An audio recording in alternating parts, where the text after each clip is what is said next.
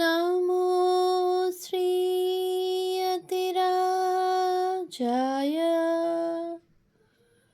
বিবেকানন্দসূরয়ে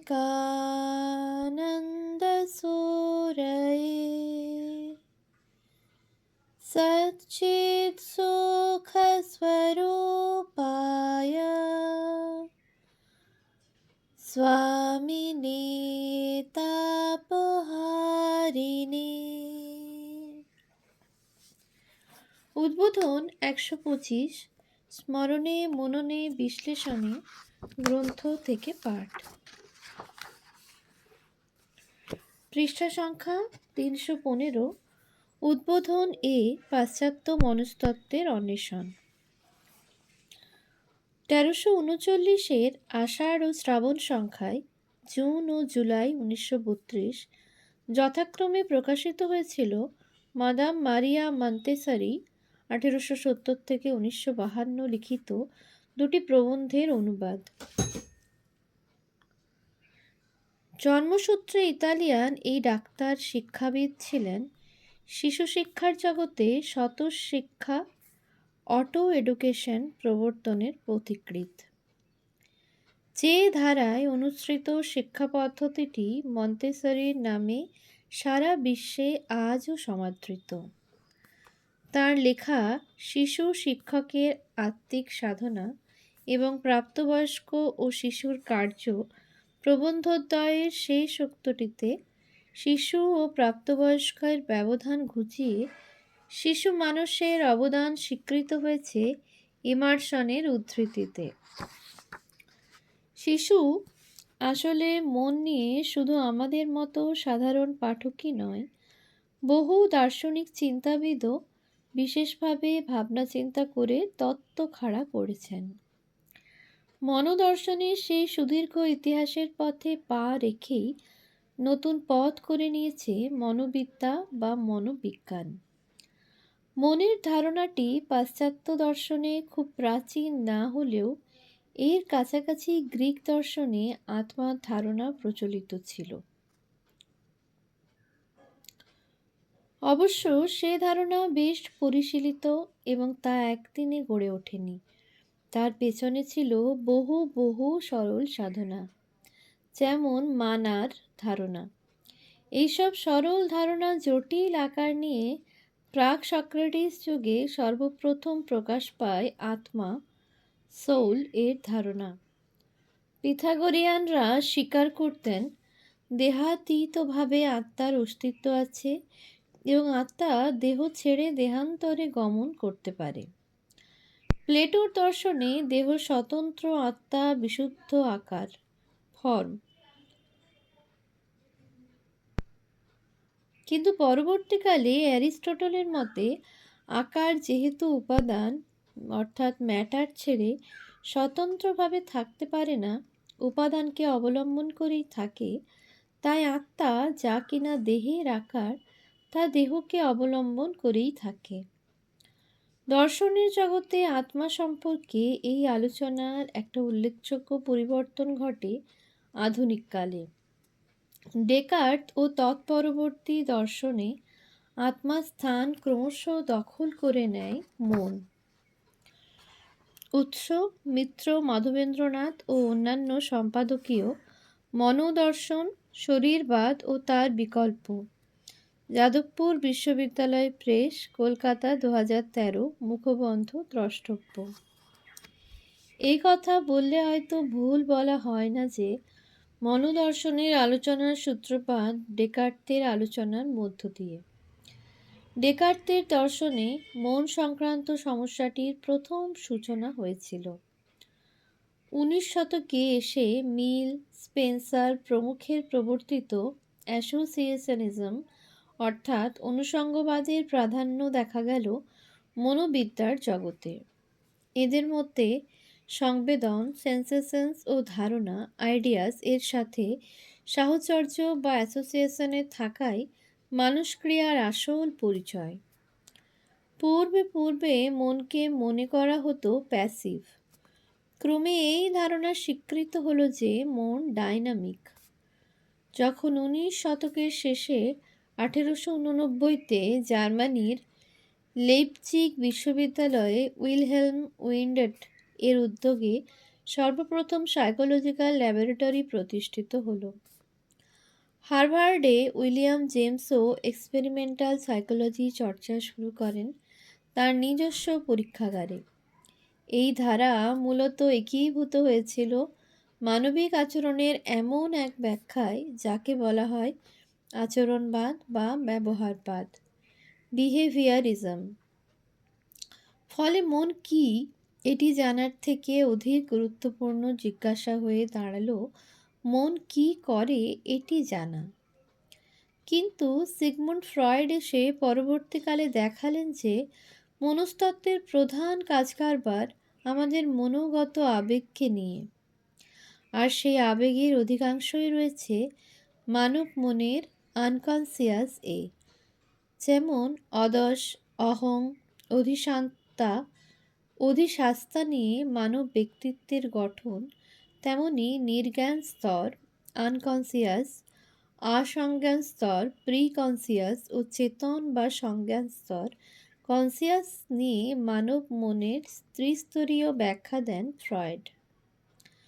তার মতে স্বপ্ন হল নির্জ্ঞান মনকে জানবার এক রাজকীয় প্রশস্ত পথ। ফ্রয়েডীয় স্বপ্নতত্ত্বের দুটি গুরুত্বপূর্ণ ও অভিনব বক্তব্য হল স্বপ্ন হল নিদ্রা রক্ষক এবং স্বপ্ন হল ইচ্ছা পূরণ। 100 বছর আগে পৃথিবীর অন্যতম শ্রেষ্ঠ মনোবিশ্লেষক ও মনোসমীক্ষণ পদ্ধতির জনক ডক্টর ফ্রয়েড মার্চ 1922-এর এক পত্রে লেখেন, "The most interesting item of news in the psycho world is the foundation of the local group in Calcutta, led by Dr. G. Bose, a professor extraordinary."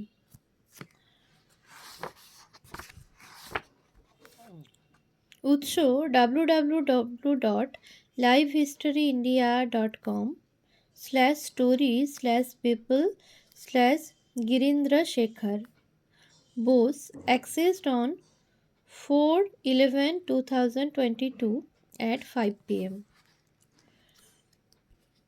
পত্র লিখিত ডক্টর গিরীন্দ্র শেখর বসু 1922-এর জানুয়ারিতে কলকাতার পার্সিবাগান লেনে স্বকীয় বাসভবনে ইন্ডিয়ান সাইকো অ্যানালিটিক্যাল সোসাইটির প্রতিষ্ঠা করেছিলেন, যা ভারতবর্ষের প্রথম মনঃসমীক্ষণ সমিতি তো বটেই, এমনকি অপশ্চিমী দুনিয়ায় এই বিষয়ক চর্চায় অগ্রদূত ছিল। ফ্রয়েডের সঙ্গে এ সমিতির, বিশেষত গিরীন্দ্র শেখরের নিয়মিত পত্রযোগ ছিল। বাংলা ভাষায় ফ্রয়েডীয় স্বপ্নতত্ত্বের প্রাচ্য ভাষ্য ও ব্যাখ্যান ডক্টর গিরীন্দ্র শেখর কর্তৃক মাসিক পত্রিকা ভারতবর্ষ এর পৌষ 1329 সংখ্যায়, অর্থাৎ ডিসেম্বর 1922-এর সমসময়ে প্রথম প্রকাশিত হয়। এটি পরে স্বপ্ন নাম দিয়ে গ্রন্থাকারে লভ্য হয়। 1331-এ বঙ্গীয় সাহিত্য পরিষদ এর প্রকাশনায়। উক্ত প্রকাশনার কয়েক বছর পূর্বেই ফ্রয়েডের স্বপ্নতত্ত্ব ও স্বপ্নকৃতিকে কেন্দ্র করেই বিস্তারিত আলোচনা করেছিলেন ডক্টর ষড়শীলাল সরকার। তাঁর স্বপ্নতত্ত্ব শীর্ষক প্রবন্ধমালা উদ্বোধন এর জানুয়ারি 1918 সংখ্যায় শুরু হয়ে 11টি কিস্তিতে সমাপ্ত হয় পত্রিকা নভেম্বর 1921 সংখ্যায়। পেশায় মালদা জেলার সিভিল সার্জন ডক্টর ষড়শীলালও ছিলেন পূর্বলিখিত ইন্ডিয়ান সাইকো অ্যানালিটিক্যাল সোসাইটির একজন অগ্রগণ্য সদস্য। ডক্টর গিরীন্দ্র শেখরের ভূমিকা সমন্বিত 1910-এ প্রকাশিত তাঁর মনের কথা বইটি বাংলা ভাষায় নব্য মনস্তত্ত্বের এইখানি প্রথম গ্রন্থ বলে ষড়শীলালের নিজেরই দাবি। উৎস সরকার ষড়শীলাল, মনের কথা, গুরুদাস চট্টোপাধ্যায় অ্যান্ড সন্স, কলিকাতা 1317, নিবেদন দ্রষ্টব্য।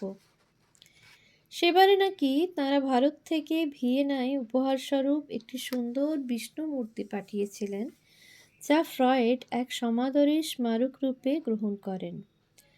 যাই হোক, ডক্টর গিরীন্দ্র শেখরের লেখার পূর্বেই বাংলা ভাষায় উদ্বোধনে প্রকাশিত হয় এই লেখাগুলি, যা পাশ্চাত্য মননে স্বপ্নতত্ত্ব আলোচনায় পথিকৃৎ রূপে ইতিহাসে স্বীকৃত থাকবে। সেদিক দিয়ে বাংলায় পাশ্চাত্য মনস্তত্ত্ব চর্চার ক্ষেত্রে এটি উদ্বোধনের একটি অগ্রগণ্য অবদান। আমাদের মনে পড়ে লুডুইগ হিটগেনস্টাইনের 1889 থেকে 1951 এর উক্তি, in the Tractatus I argued that everything that could be thought could also be said. উৎস: Osborne, Richard, philosophy for beginners Orient, Longman, 1992, page 149। পাশাপাশি স্বামীজিরও কথা, যে ভাষায় ঘরে কথা কও, তাতেই তো সমস্ত পাণ্ডিত্য গবেষণা মনে মনে করো, তবে লেখবার বেলা ও একটা কি কিম্ভূত কিমাকার উপস্থিত করো। যে ভাষায় নিজের মনে দর্শন বিজ্ঞান চিন্তা করো, দর্শনে বিচার করো, সে ভাষা কি দর্শন বিজ্ঞান লেখবার ভাষা নয়? যদি না হয় তো নিজের মনে এবং পাঁচজনে ও সকল তত্ত্ববিচার কেমন করে করো? উৎস: স্বামী বিবেকানন্দের বাণী ও রচনা, 6ষ্ঠ খণ্ড, পৃষ্ঠা 29। এ প্রসঙ্গে আরও উল্লেখযোগ্য, 1990 জানুয়ারিতে উদ্বোধন এ প্রকাশিত অমরেন্দ্রনাথ বসুর মনোবিজ্ঞানী বিবেকানন্দ প্রবন্ধটির কথা, যেখানে দুটি চিত্তাকর্ষক খবর দিয়েছেন লেখক। স্বামীজি স্বয়ং অধ্যাপক জেমসকে রাজযোগের প্রক্রিয়া এবং তার মূল ভিত্তি সম্বন্ধে অবহিত করেন। তিনি স্বয়ং সমাধিস্থ হয়ে তাঁকে রাজযোগ অনুশীলনজাত অবস্থার প্রত্যক্ষ প্রদর্শন করান। এছাড়াও সম্ভবত 1900 সালে প্যারিস শহরে বিখ্যাত মনোবিজ্ঞানী ফ্রেডরিক উইলিয়াম হেনরি মায়ার্স, 1843 থেকে 1901, এর সঙ্গেও তিনি পরিচিত হয়েছিলেন। সোসাইটি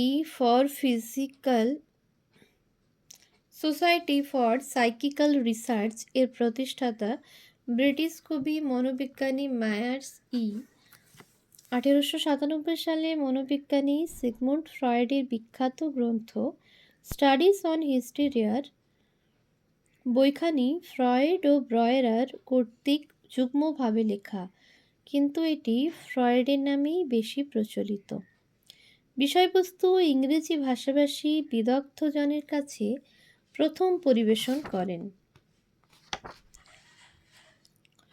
কাজেই স্বামী বিবেকানন্দের সঙ্গে এ বিষয়ে আলোচনার সময় ফ্রয়েডের গবেষণার কথাও উল্লেখ করে থাকতে পারেন মায়ার্স। প্রথম দিকে একসঙ্গে কাজ করা সত্ত্বেও নানা কারণে ফ্রয়েডের মনঃসমীক্ষণ পদ্ধতিটিকে পূর্ণাঙ্গরূপে তাঁর সমসাময়িক মনস্তত্ত্ববিদ অ্যাডলার এবং ইয়ুং গ্রহণ করতে পারেননি।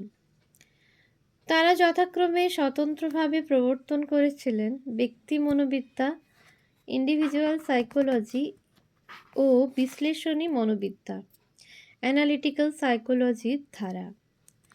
ফ্রয়েডের মতবাদের বিরুদ্ধে ইয়ুং এর অভিমত নিয়ে পৃথক রচনা ফ্রয়েড বনাম ইয়ুং প্রকাশিত হয় আশ্বিন 1347 এর সম্পাদকীয়তে, যা পূর্বে জ্ঞাপিত হয়েছে। এখন আসি পাশ্চাত্য মনস্তত্ত্বের এক অধুনা আবিষ্কার পজিটিভ সাইকোলজির প্রসঙ্গে। যে তিনজনের চিন্তাভাবনার ভিত্তিতে মূলত এটি গড়ে উঠেছে, সেই এরিক ফ্রম 1900 থেকে 1980, কার্ল রজার্স 1902 থেকে 1987 এবং অ্যাব্রাহাম মাসলো 1908 থেকে 1970, তারা প্রত্যেকেই ছিলেন উত্তর ফ্রয়েডীয় মনঃসমীক্ষক। ফ্রয়েডীয় মনঃসমীক্ষণের পদ্ধতি অনুসরণ করলে তারা ফ্রয়েডীয় চিন্তা, বিশেষত তাঁর ইন্দ্রিয় অভিজ্ঞতাজাত জড়জাগতিক দৃষ্টিভঙ্গির সীমাবদ্ধতা থেকে সরে এসেছিলেন। কেননা 1950-এর পর থেকেই মনস্তত্ত্ববিদরা কেবলমাত্র মানসিক রোগ চিকিৎসায় সীমাবদ্ধ না থেকে